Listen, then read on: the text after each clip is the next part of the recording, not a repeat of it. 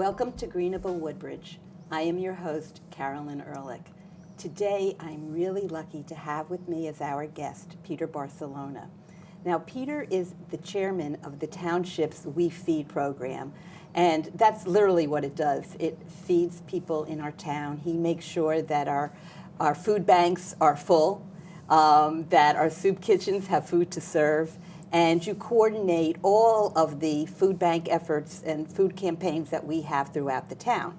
So we were having a kickoff for one of our, I think, our Christmas time food drives at the community center, and it was a really successful, wonderful kickoff to the program. And as we're walking out, Peter, you started telling me the story about your trip to El Salvador and your work within a sustainable farm there. And I was just, oh my God, this is a wonderful story. It's a story you have to share with everyone. And it made me realize that for many people, when they talk about sustainability, they're talking about survival. And when we talk about sustainability in comparison, in many cases, we're just talking about luxuries. And what you experienced there really brings it to heart what sustainability means when it means bringing food to people's tables who would otherwise be starving. So if you could just share the story that you shared with me that day on our way walking from the community center to our cars, I am sure that everybody's just going to be really touched as they hear this story. So, Peter? Thank you, Carol, for having me and for allowing me to share my story, which I'm very passionate about. Last August, I had the opportunity for 12 days to travel to El Salvador with the Maryknoll lay missionaries out of Maryknoll, New York. And we traveled to 5 different villages, and one of the villages that we did travel to one day was the village of Monte San Juan in the Cojutepeque area, about an hour and a half northeast of El Salvador. And we had the opportunity to visit a sustainable farm, which is a farm that 19 people, a mother and father, 11 children, 6 grandchildren, and 2 nephews actually totally live off the farm, total sustainability on the farm, with the help of the Maryknoll lay missioner, Peg, who is an agriculturist from the United States who actually is in that area teaching sustainable farming to the people of Cojutepeque. So we had the opportunity to spend the day with them, to tour the farm, to see how they live basically off the farm. They first started with corn. Actually, the land itself, most people in that particular area are squatters on the land. Most don't hold the deed to the land, but this particular family inherited part of the land from her mother. The rest of the land they squat on as well, but it's a very hilly kind of area. And, I think for our farmers here, it probably wouldn't be suitable for farming, but there they use every inch of land for farming at that point. So we were able to, most of the corn is grown on very steep hills where they actually, all the farming is done by hand, planted, harvest, fertilized all by hand, just acres and acres of corn, which the pictures would show fields and fields of corn, which they actually plant and harvest. From that point, they take the corn. We had the ability to actually make corn tortillas, and she showed us the process how they actually dry out the corn, which is about a 3-month process, which they hang out in their homes. So it's a very simple home that they all live in, a very simple home, as the pictures show. And from there, they take the corn, dry it out, and then they actually husk the corn. They soak the corn in lime and water, which makes it soft. And then from there, they actually we walked probably about a mile to where there was a small motor grinder, which they actually pay like a nickel to have their corn ground for the day. And the woman, she makes about 50 to 60 tortillas per day, which is the basic staple for the family there at that point. And then from there, they fry them and they use them for all 3 meals of the day. But not only corn do they grow, they have every kind of fruit tree you could think of, banana trees, lemon trees, lime trees. And the time we were there in August, so it's generally their rainy season, so the corn, everything was pretty green at that point. But the corn, once they have a valley area of the property, and during the rainy season, they grow corn actually, grow rice actually. When the fields start to flood because of the rain, they actually plant rice during the rainy season, and then during the dry season, they actually plant the corn back in those valleys at that point. So they sustain themselves with rice, and the rice usually lasts them most of the year. That they are able to harvest the rice, store it, and then that's their food as well. Through the Maryknoll Lay missions, they were allowed through a program where chickens, they were given chicken, a pig, a goat. They actually breed the chickens, and then they pay it forward to other peoples in the Cojutepeque area. So so most everything that they do there, they're paying forward at that point. Everything from that farm, anything that's left over, they either share with the people of the village, or if there's more than that, then they actually it's a little marketable for them, so they have a little bit of income at that point, because that particular area, or El Salvador generally, is extreme poverty that's beyond, that's unimaginable at that point. Basically, they live there. There's no running water in that area. There's no sanitary facilities. Pretty much the water is either gone to a river, or there's a small well that's not potable at that point. So they actually boil their water. They boil the water for purposes of sanitation at that point. They actually harvest through the animal fertilizer. The woman actually has a worm farm, which they use the worm for feeding the fish, and they also have they use the fertilizer to fertilize the fields and so forth and so on. And they, as I said, they created a small pond, as the pictures show, that they actually harvest, breed fish at that point, tilapia. So they allowed to have fish. Now they have fish at least once a week in their diet, which was never heard of it. So they have a protein at that point. So the fish pond was built by hand out of mud and cement that the Maryknolls helped them build. They have a hand aerator that aerates the water at that point. They use the worms to feed the fish. So the sustainability of the food is just everything off. They're living totally off the land, pretty much. 19 people. And you were telling me that they're starting these farms in other areas? Right. At this point, Peg, the woman that's the agriculturist from the Maryknoll that actually lives there and has been on the ground there for over 2 years. Now it's about 2.5 years. Actually, she takes that program from one farm to the next farm at that point. So Cojutepeque is the regional area, and then in Monte San Juan, there's 11 villages in that Monte San Juan area. So she's actually traveling each time into the Monte San Juan area and takes it from farm to farm and teaching them sustainability, because food is a lack of food. So the sustainability even to stay alive for a lack of food, it's just amazing. So these people basically live off their farm, and they generally now have a little income. So as they breed their chickens and their pigs and so forth, they pass the next pig or the chicken on to the next farmer at that point, the fish, so forth and so on. And they're actually feeding the village. They'll be eventually be self-sustaining. That whole village will be self-sustaining through agriculture at that point. Wow. So it's like family to family, village to village, till you have everybody eating. Because as I traveled in other areas, I traveled to 5 different locales throughout the whole country of El Salvador, and just from one area to another, the poverty was just so extreme at that point. Most of the programs I worked with was a literacy program. We did work in an HIV clinic for 2 days, where bringing HIV medications and counseling to people in the far reaches of El Salvador at that point. That particular family, the farm family, the kids are not educated because of a lack of funds. El Salvador puts a $60 price tag on each child to go to an elementary school at that point. So most people in that area cannot afford the $60 at that point. So through the Maryknolls that I work with, we do scholarship programs into those communities to try to get education because they self-teach themselves basically, because it's just not feasible to pay $60, especially a family of 19. There's 6 or 7 small children there, so they pretty much educate the kids themselves. And everybody from the young to the old are farming at that point. So during the harvest season, everybody is harvesting. During the planting season, everybody is planting. So everybody has a responsibility. They have two young nephews that are teenagers, so they pretty much work certain fields, and they rotate the fields as the harvest comes. Well, one of the things that they're saying a lot about with poverty now, and the Gates Foundation, they're talking about not sending in money, but sending in skills and ways for people to make their lives better and to literally sustain themselves. And I think that this is kind of a model for that. Right, absolutely. they're not. No one's looking for a handout. Right. They're maybe looking for a hand up, and then they want to be independent and self-sufficient. So they're not necessarily looking for the money part of it. They're just so overwhelmed that somebody would travel from the United States to spend time with them, Right. and they're extremely proud of what they have there. The birth of the woman, the mother of the house, kept saying how humble her humble household was. A very simple house that they lived in, electricity, no.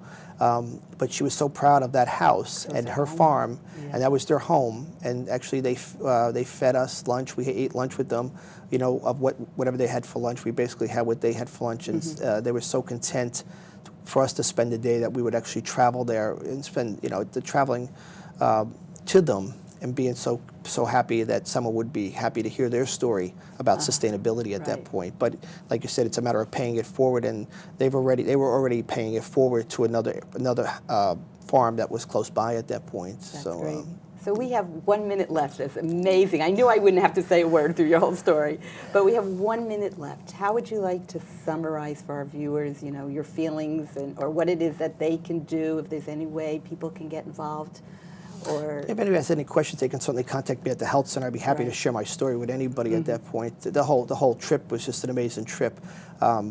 Just while you're there, even the conditions are harsh while we travel, and to know what those people live in, but to know their generosity and their willing to share their story with us, and the love that they share, even though we speak different languages, it was just an amazing trip. I'm hoping to go back actually soon.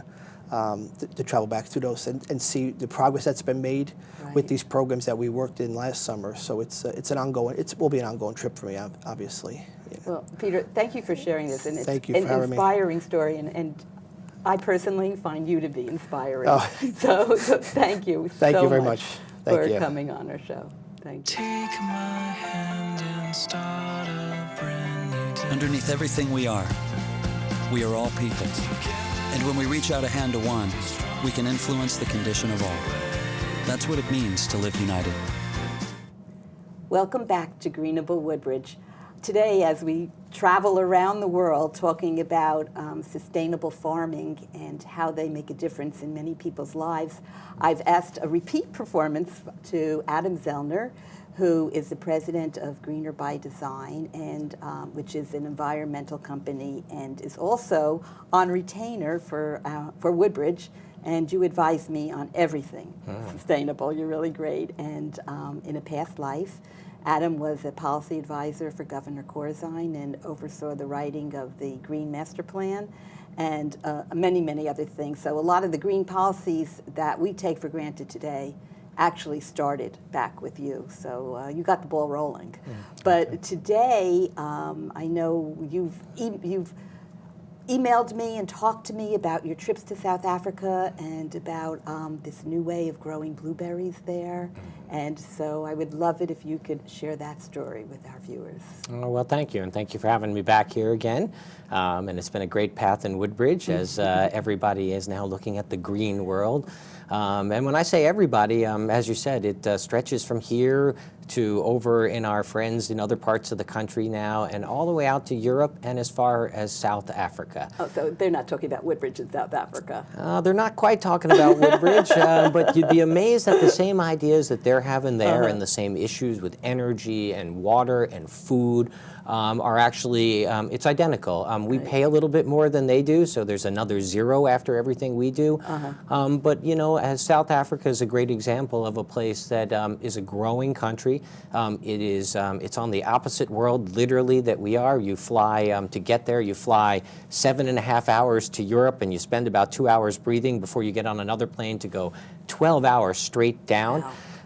And you literally cross over the equator, and if you remember your science as a kid, all the water flows the other way, so when you turn the sink on, sure enough, the water goes the other way. And so you're literally in a different place. But the reality of what they're facing in terms of rapid growth, land and water use, people wanting fresh fruit and vegetables. I look at our world, and you look into the supermarket of everybody buying fresh grown and locally grown, and it's all great things, and people are discovering these things as part of this new green world. But what's amazing is everywhere you go, they're having the same issues.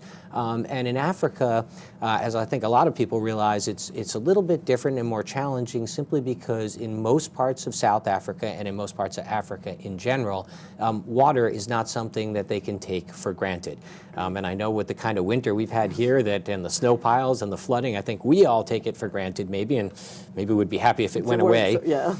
But in Africa, they have two conditions that are challenging. One, they're in a very interesting part of the world, and if you can think about South Africa, it's at the bottom of Africa where the Atlantic and the Indian Oceans come together. And so they have incredibly strange weather patterns. You can go over one mountain and it doesn't rain at all and it's desert-like. Go to the next valley and it's like a rainforest. And so the diversity of the climate is such that you really have to plan incredibly well. And then, of course, the second part is Africa does not have a lot of deep soils. They're volcanic in their nature, and so what has happened is they've got some great soils to grow things in, but it's only about that deep. So if you think about a farming operation, think about your own backyard and how you would do your own garden, and we scrape and we pull the soil up. Well, you get the idea there. We don't have the luxury of going to Home Depot and just putting down new soil every year. And so farming is challenging. And so about 5 years ago, I met a very interesting guy named Philip Howe who owns thousands of acres in our world in Africa, who has been developing an incredibly unique growing science. And because I would say methodology, but it's truly a science. And what has happened is he, and how we get connected is he was looking to the United States and some of the types of berries that the United States looks at and grows. And in the United States, very interesting, and Rutgers, a fantastic school that has a great agricultural center. The United States is interested in berries, but only berries that ripen quickly and at once, because we like machines to pick our berries. We don't like a lot of people, and even if we have people, they're only here for like a month to pick these fruits. So we often neglect, throw out, discard types of berries that we believe can't grow here successfully. Well, in Africa, they have a different problem. They have a lot of labor and people who need to work, and they have all these climates that I described, some dry, some wet. And so Philip reached out through some friends that I have and got in touch with me, and we ended up flying out to Africa to look at his farm and his growing technique that he's developed, which takes local people and takes invasive plants, invasive species, and we have them all over as well, and they use leaves and compost, as we would know it. And what they're doing is they employ local people to create these burlap bags. And I want you to think about a piece of burlap, like a potato sack. You know, it gets wet, it gets really wet, and it holds that water. And so what these folks are doing is they're employed to take these burlap bags, fill them with this compost made of leaves and invasive species that are ground down, and of course, waste. And that is creates a little pot made of these compost bags. And what's happening is, instead of now planting and digging in the dirt and digging that precious topsoil out, is putting these bags right on top of the ground so it doesn't affect the topsoil. And now to water them, even so we don't use any wasted water. And when we water things from a planter, sometimes water spills, sometimes it gets evaporated. He has actually taken drip irrigation pipes, piping the water through each bag in a hole so it only drips on the roots itself. And then the burlap holds that water in, and it's an amazing low water use growing technique. Well, what's amazing is he's come to discover that because of that nice invasive species that are ground down, because of the water being close to the roots, the growing cycle is actually faster. And so now what he has done is he has made a deal in the United States, and he's actually coming to Las Vegas very soon, the area outside of Las Vegas, to grow blueberries in the desert. And if I come back to where I started and we think about locally grown fruit, and anyone who's been to Vegas, well, I know we're not allowed to remember anything we do in Vegas, but the one thing... Can't talk about it. That's right. Everything stays in Las Vegas. But the one thing we do remember is if you ever bought fresh fruit, you ever paid for something, it's expensive. And it's expensive because it's in the middle of a desert. They're flying it, literally on a plane, picked blueberries, driven in a truck, put on a plane, flown to the airport, driven to this casino. forget the cost and the impact on the environment and the fact that, it's very expensive to actually keep this up, but the whole concept of growing local is totally lost. Right. And I don't think people in Las Vegas understand that, this Buy is local. That's right. Right. They can't grow local. Well, here comes a technique brought from Africa that looks at low water use and using things like gray water and water that's been used already. And there are golf courses, believe it or not, in Las Vegas. And so what we want to do is go there and use the same technique to capture that water and grow it in those bags, so we have locally grown blueberries that are related to projects in Africa that help employ local people both there and here. And at the same time, we're reusing water. We're stopping those airplanes from flying Right. blueberries, and maybe we're helping to lower the price of an occasional blueberry shake or whatever you might have That's in Las amazing. Vegas. And so a lot of people are getting work in South Africa who weren't getting it before. Yeah, this is the amazing part of that. As part of this cooperative that Phillips developed with the United States, we are looking at developing new types of berries, strawberries, others that may be adapted to this technique. And what happens is, since Africa is on a different cycle, their winter is our summer, they're growing blueberries right now, and I hate to Right. tell this to everybody, but somewhere in a nice warm field, there are fresh blueberries about to be picked and harvested as they get into their fall season now. And so it's a great opportunity for New Jersey and the United States and Las Vegas to cooperate with Africa. And in Africa, they're creating jobs. Not only are they creating jobs, but I don't think a lot of people realize in Africa, there are other things that are challenging. And some of that relates to the fact that law enforcement, housing itself isn't subpar. People don't often have doors. There are sometimes rapes and brutal things that happen in these communities because there's just not security, no jobs. And part of what Philip has done is not just invested in a blueberry farm, but he's created a cooperative where money gets invested back into the local community, housing that is real housing, stuff that we would recognize here in the United States, with a door and a roof that doesn't leak, and electricity, something we take for granted sometimes, is being constructed for the farmers that are working there. And this is what I think is great. You get to continue to be in the cooperative and continue to be a farmer and to participate in what is profit sharing, provided you, one, work and do what you have to do to keep up but two, you also have to work to keep your kids enrolled in school. Very interesting. And it's a great community development that's happening. And so this is a way of agriculture giving back a lot of the ability to grow local, save resources. And this dirt, this is African dirt. And so at the end of the day, by using this technique and saving the soils, reducing water consumption, employing local people, and creating a technique that's being tested in wet climates, in dry climates, because of the topography of Africa. When you think about what that may mean for here in the United States, in dry climates, wet climates, with climate change changing, this may be a great opportunity to introduce those new species here. That is exciting. It's kind of reminding me, going back to, my Jewish roots with the kibbutzes in Israel. That's exactly It's right. the exact same kind of thing, but it's because it's bringing jobs, it's bringing food, and it's actually bringing community to places where it didn't exist before. Yeah, absolutely. So it's great. And you managed to use up the whole 15 minutes without taking a pause. Oh, That's wow. really great. You got a couple more minutes, so any last final words to sum it all up? Well, to sum it all up, I think as I started, it's a world away, Africa, but there are things that we can learn from them because their ability to grow, to look at products differently, to look at topography differently, we're going to take advantage of that here in the United States. And I think the cooperative between the two countries, especially knowing they have opposite seasons, is going to continue to flourish. And I just think it's a great learning opportunity, and it's great that we're going to take advantage of it here in the United States. And I think before I sign off, I just and I don't often get philosophical, but we tend not to appreciate, and we take things for granted. And the next time you bite into a blueberry or a piece of fruit, let's remember that not everybody has it, and we have to be sustainable all over the world so everybody can survive and thrive. So thank you so much for coming, and thank you for watching Greenable Woodbridge and being part of the excitement and part of the change. Thank you.